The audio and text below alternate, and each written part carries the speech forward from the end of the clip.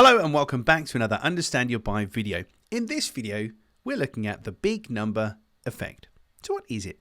Well, when it comes to talking about the numbers in your business, the bigger the number you can use, the more impact it can have. So in the example here, I could talk about selling 2,000 units, and this is from my previous employment back when I had a real job. I did 2,000 units a year approximately, which is not very meaningful for you. But if I use 60 million pounds worth of sales, not only is that a much larger number, 60 million is bigger than 2,000, it's also meaningful, so you can understand that. It's not an abstract concept.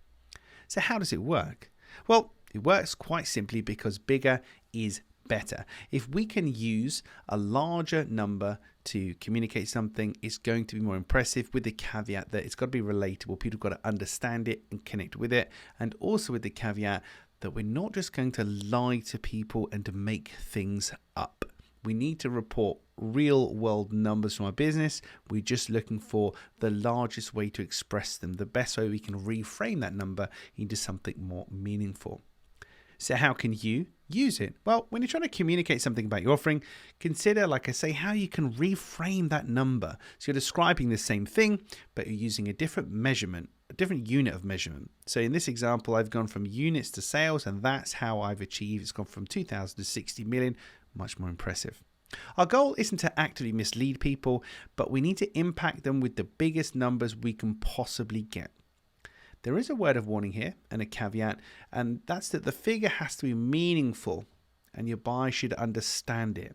So there's no point using a unit of measure. So if I'm in the energy world, if I talk about kilowatt hour, kWh, when I'm talking about power, you're not really going to understand that. So the number might be big, 1 million kilowatt hours, but what does that mean? I don't really understand what that is. It's like 2,000 units. What does that actually mean? So you need to place it in terms your buyer will understand. So we're trying to get the biggest numbers possible, but it has to be understandable.